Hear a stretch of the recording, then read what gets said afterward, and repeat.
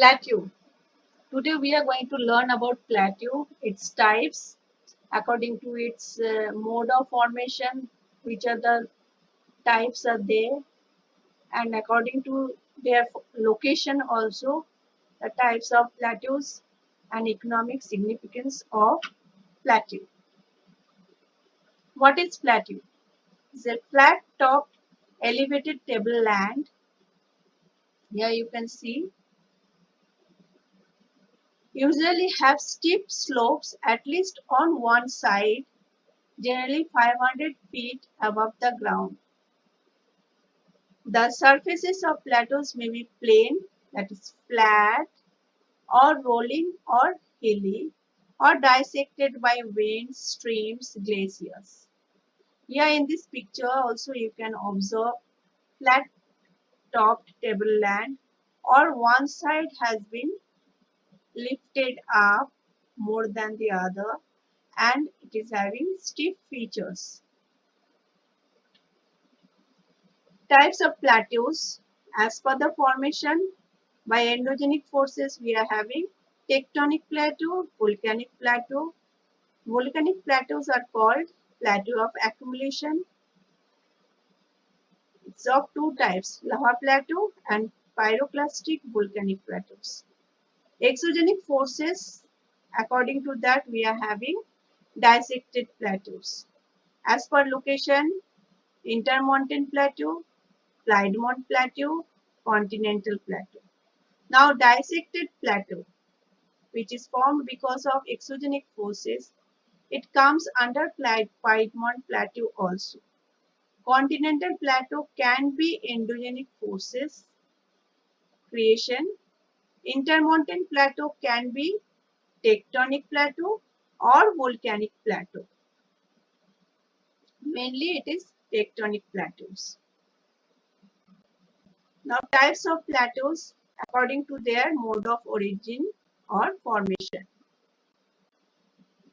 Exogenic forces formed by Earth's movement which causes upliftment of a considerable size of landmass. They include continental blocks, for example Deccan Plateau, Meseta Plateau or Harz Plateau, that is faulted of Germany. Here you can see how the plateau is forming because of the upliftment, or over here when Indian plate is colliding with Eurasian plate, here Tibetan plateau is forming beyond Himalayan ranges. The same thing has been shown over here as the Indian plate is moving towards the Eurasian plate. So Indian plate is colliding with the Eurasian plate, and along with Himalayan formation, Tibetan plateau beyond that is forming. It is uplifted.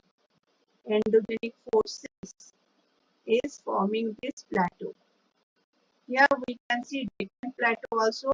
One side is uplifted, that's why one side is having steep slope, that is the western side of the Deccan Plateau. Western Ghats are there, whereas the other side, that is the Eastern Ghats side, it is gently sloping. Volcanic plateaus formed because of the volcanic activity two main types, that is lava plateaus and pyroclastic plateaus. Pyroclastic plateaus like Bishop Thap is having two layers like ashfall, that is the lower layer, and on top of that a pyroclastic flow has been deposited because of volcanic activity. Whereas in the lava plateau, one after the another, the lava flow is just depositing and forming layer after layer. Over here also you can see layer after layer, or here also we can see layer after layer. It is combining and forming the lava plateau. For example, Deccan Trap in northwestern part of Deccan Plateau or Columbia's Snake Plateau. Pyroclastic volcanic plateaus are massive pyroclastic flows, and pyroclast is coming out from the volcanic eruption, the boulders, the ash, the solid material which can be deposited nearer the fissure, whereas the lava flow of basaltic lava, which will be flowing to a large extent over a larger area. According to their mode of formation, we have dissected plateaus also. These plateaus are actually the plateau of exogenic forces formed due to continuous weathering and erosion by running water, ice, and winds. High and extensive plateaus are gradually worn down. If you have seen over here, both the sides or over here, the Granny Pass glaciated plateau that has been worn down, or in the arid region also mesa and butt is worn down by the winds, or over here in canyons we are having this worn down by the rivers. In the lowest plateau of China we are having wind deposited plateau which was formed earlier, and now it is getting dissected by the wind and the flowing water.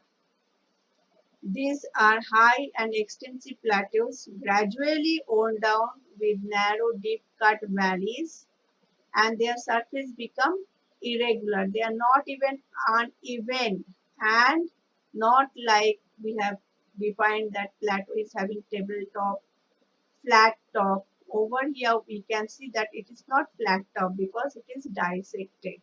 In dry, arid and semi-arid regions, vertical erosion by rivers and winds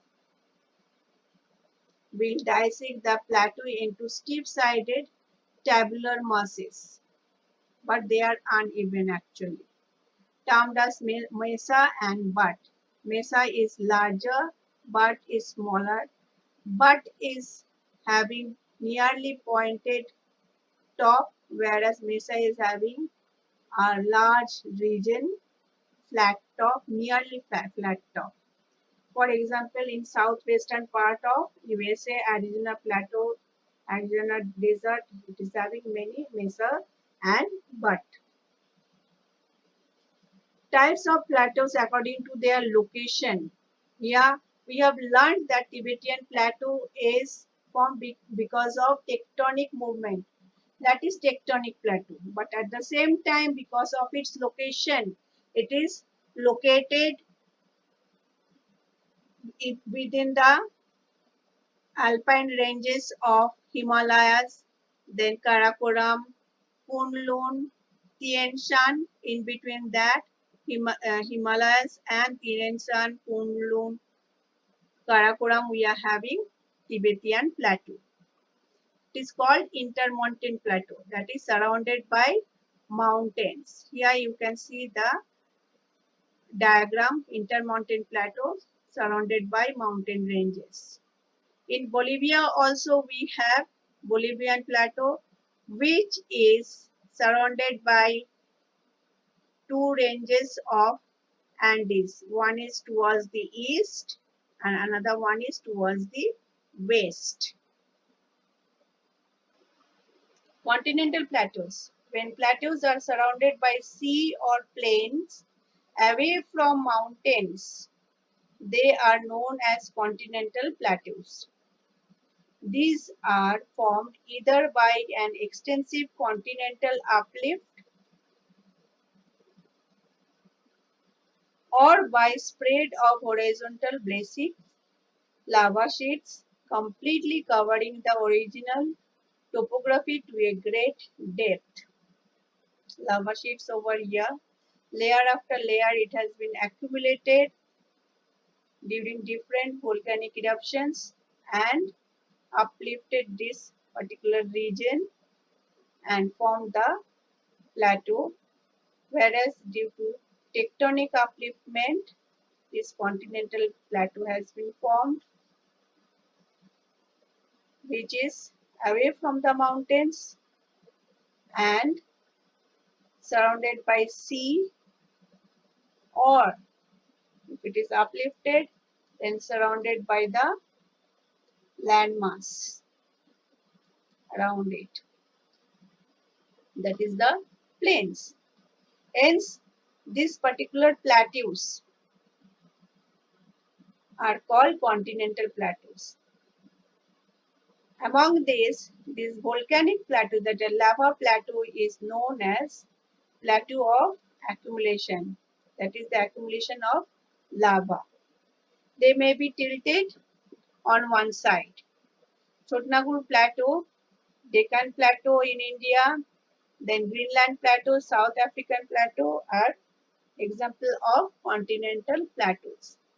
Now Chotnagur Plateau, though we know no lava sheets have been accumulated over there, but due to push, that is the convectional current of the magma from the mantle, it has the crust has been bended up, pushed up, but the magma itself got solidified below it, which is known as batholith. And because of this pushing from inside, the area over it, the surface area over it got uplifted and formed into plateau. As it is lower than hills, that's why it is called plateau. Had it been higher than that, then it would have been called hills. Piedmont Plateaus. Piedmont means foot of a mountain. These plateaus are situated at the foot of the mountains, bordered on one side by the mountain and another side by the plains or sea. They are also called plateau of denudation because it is forming because of erosion, as the areas once were high enough like the mountains, but because of denudation it has been reduced to a lower level, like Malwa Plateau, which is in between Aravalli Range one side, Vindhya Range in the other side, Chambal Valley is flowing through it, and this Malwa Plateau, which is a Piedmont Plateau in between Aravalli and Vindhya, has been formed. Piedmont Plateau, in this picture also you can see high hilly regions, glaciated hilly regions, and below that we are having this Piedmont Plateau. In this picture also we can see the eroded plateau, and beyond that we can see the mountain range. Example of Malwa Plateau, in South America we have Patagonian Plateau, which one side is having Andes Mountain and it is facing towards the east, that is Atlantic Ocean. In USA we are having Appalachian Mountain, and then towards its east we are having this Piedmont Plateaus, and which is facing towards the plain of eastern coast and Atlantic Ocean. Economic significance of plateaus: storehouse of minerals. Many of the mining areas in the world are located in the plateau areas.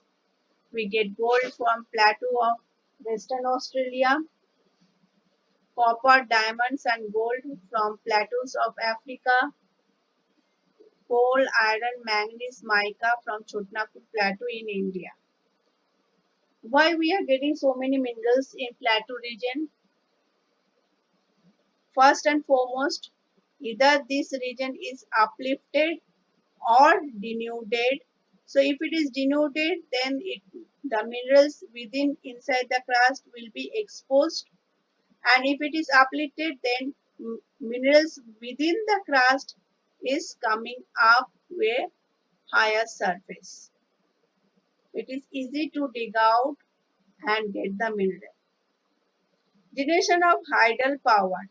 Rivers falling down the edges of the plateaus form waterfalls, which is providing a good site for generating tidal power for plants. Falling water can help to produce electricity. Cool climate, the higher the place, the lower the temperature. So in the tropical and subtropical regions, plateau regions are having cool climate. Hence, they have attracted Europeans to settle there and develop their economy in South and East Africa during the colonization period. In India, Deccan Plateau region is also cooler than the northern plains or the coastal area during the summer season. Useful for animal rearing and agriculture. Plateaus have large grassland areas suitable for animal rearing, especially sheep, goat, and cattle. These plateaus are generally in the temperate region. Even in tropical region also we get these plateaus with lots of grasslands. Lowest plateau in China, lava plateau in Deccan, rich in agriculture because their soil is very fertile. Here you can see the black soil of Maharashtra, which is very good for cotton cultivation and other agricultural activities. Hence, this area is rich in agriculture. Many plateaus have scenic spots and are good attraction to tourists like Grand Canyon in USA, and many waterfall spots are also good for attraction to tourists.